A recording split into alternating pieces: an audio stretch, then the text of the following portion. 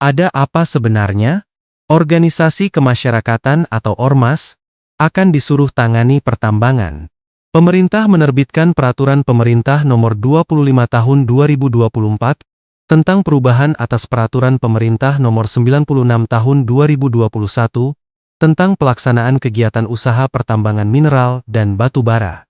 Dalam Peraturan Pemerintah Nomor 25 tersebut, terdapat aturan baru yang memberikan izin kepada organisasi kemasyarakatan dan keagamaan untuk mengelola pertambangan. Apakah ini absurd? Ormas Muhammadiyah melihat, janganlah tergesa-gesa dan akan menggodok lebih dalam, mempertimbangkan berbagai sisi baik dan buruknya. Hal itu disampaikan oleh Ketua Pimpinan Pusat Muhammadiyah, Kiai Saad Ibrahim di hadapan awak media, di kantor PP Muhammadiyah Jakarta, pada Selasa 4 Juni. Kiai Saad menegaskan, sampai sejauh ini belum ada surat masuk atau pemberitahuan resmi dari pemerintah untuk Muhammadiyah terkait dengan izin usaha pertambangan atau IUP.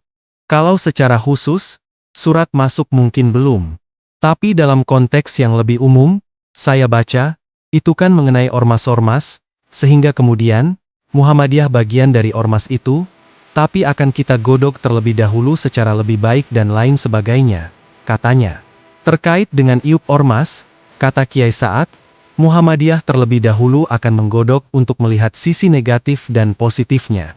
Selain itu, juga untuk mengukur kemampuan Muhammadiyah.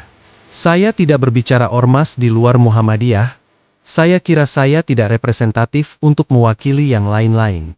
Tapi di Muhammadiyah, ini tentu persoalan yang baru, oleh karena itu, juga kita perlu mengukur kemampuan dan lain sebagainya, kata Kiai Saad. Sebagaimana diketahui, ormas mendapat jatah wilayah izin usaha pertambangan khusus, sesuai dengan Peraturan Pemerintah Nomor 25 Tahun 2024, tentang perubahan atas Peraturan Pemerintah 96 2021, tentang pelaksanaan kegiatan usaha pertambangan mineral dan batu bara, yang diberlakukan pada 30 Mei 2024.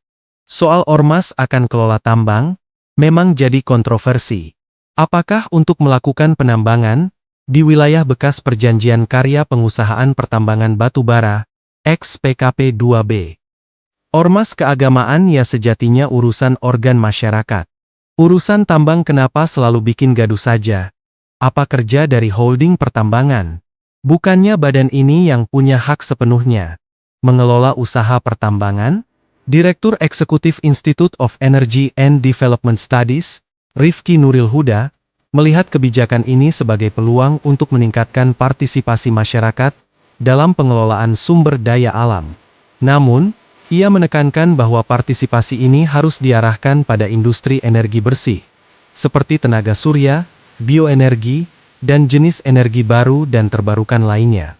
Pemberian izin pertambangan kepada ormas keagamaan sebaiknya dilakukan dengan partisipasi ruang kolektif anggota ormas keagamaan untuk ikut andil dalam pengusahaan energi bersih. Hal ini sejalan dengan komitmen Indonesia dalam Nationally Prepared Contribution atau NDC untuk mengurangi emisi gas rumah kaca dan transisi energi. Rifki mengingatkan bahwa doktrin pengelolaan sumber daya alam harus dilakukan berdasarkan kepercayaan masyarakat, di mana negara mempunyai kewenangan untuk mengatur, mengurus, membuat kebijakan, atau melakukan pengawasan terhadap sektor sumber daya alam. Oleh karena itu, negara harus memastikan bahwa pengelolaan sumber daya alam dilakukan dengan memperhatikan kepentingan publik dan kelestarian lingkungan. Di tengah fokus dunia pada transisi energi dan mitigasi perubahan iklim, Rifki mendorong pemerintah untuk membuka partisipasi ruang ormas keagamaan dalam pengembangan energi baru dan terbarukan. Hal ini merupakan langkah yang tepat untuk mencapai target bauran energi baru dan terbarukan, yang dimana kita semua tahu bahwa pemerintah, melalui Dewan Energi Nasional, sedang menyusun revisi Peraturan Pemerintah Nomor 79 Tahun 2014, tentang kebijakan energi nasional. Sementara itu, mantan Dirjen Minerba Dr. Simon F. Sembiring melihat, soal Peraturan Pemerintah Nomor 25 Tahun 2024, tentang pelaksanaan kegiatan usaha pertambangan mineral dan batu bara, ini tidak perlu ada.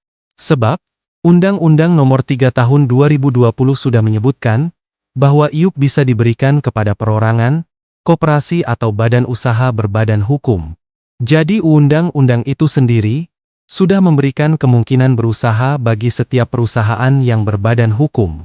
Jadi kalau ormas punya perusahaan berbadan hukum, otomatis berhak mengajukan IUP. Oleh sebab itu, menurut kami, peraturan pemerintah ini hanya tipu-menipu penguasa kepada ormas. Barangkali seolah-olah memberi imbal jasa atas dukungan politik berkuasa. Ungkap mantan Dirjen Minerba Dr. Simon F. Sembiring, di laman energiworld.co.id. Bahkan Simon mengungkapkan, tentang membuka peluang bagi PT Freeport Indonesia dan lainnya, untuk diperpanjang sampai dengan habis cadangannya. Ini juga menyalahi Undang-Undang Minerba, Nomor 3 Tahun 2020. Harusnya undang-undang yang dirubah, bukan peraturan pemerintah. Cadangan tidak pernah tahu keseluruhan, pada masa 8 tahun eksplorasi pertama. Jadi masa produksi 30 tahun sudah cukup alasan. Tidak ada keharusan memperpanjang. Kalau eksplorasi pada saat masa produksi, itu menjadi investasi yang dapat dikonsolidasi jadi cost atau biaya, sehingga bisa mengurangi profit berakibat mengurangi pajak, alias mengurangi penerimaan negara, Beber Simon. Berhasil atau tidaknya investasi ini tidak ada risiko, seperti awal masa eksplorasi sebelum masa produksi. Kalau tidak menemukan cadangan semua investasi jadi risiko perusahaan. Oleh karena itu, lanjut Simon, sejak Perpu Nomor 37 Tahun 1960, Undang-Undang Nomor 11 Tahun 1967, Undang-Undang Minerba Nomor 4, Tahun 2009 dan Undang-Undang Nomor 3, Tahun 2020. Masa produksi itu bermakna yang sangat mendasar. Sebagai pengejawantahan Pasal 33 Undang-Undang Dasar 1945, yang memberikan masa operasi produksi yang sangat rasional. Kalau sekarang, penekanannya bukan lagi kedaulatan negara atau rakyat, tapi sudah kedaulatan pemodal atau investor. PT FI mulai memasuki masa produksi tahun 1973.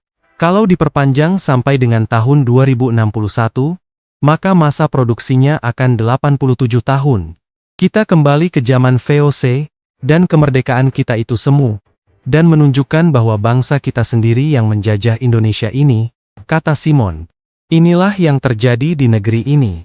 Lantas, bagaimanapun yang terjadi saat ini makin absurd. Belum kejadian IKN, pimpinannya yang baik dan profesional saja pada mundur, bukan mau memandang bahwa ormas tak mampu. Baiknya jangan, kepentingan ini yang hanya sensasi atau pribadi itu jadi mainan. Jadi jelas, jangan-jangan pernyataan Sudrajat Djiwandono, tidak ada urgensinya IKN, dan pernyataan Prabowo, IKN akan diteruskan selama 25-30 tahun, merupakan kenyataan politik yang harus dihadapi Jokowi. Bisa ini dimaknai, Prabowo sebagai kepala negara, akan tetap berkantor di Jakarta. Tim sinkronisasi pemerintahan ke depan, juga tidak berisikan orang-orang Jokowi, sehingga upaya menuntaskan IKN dalam waktu dekat, akan segera sirna. Urusan tambang ini, juga bukan soal drama tapi soal Pasal 33 Undang-Undang Dasar 1945. Bukankah demikian?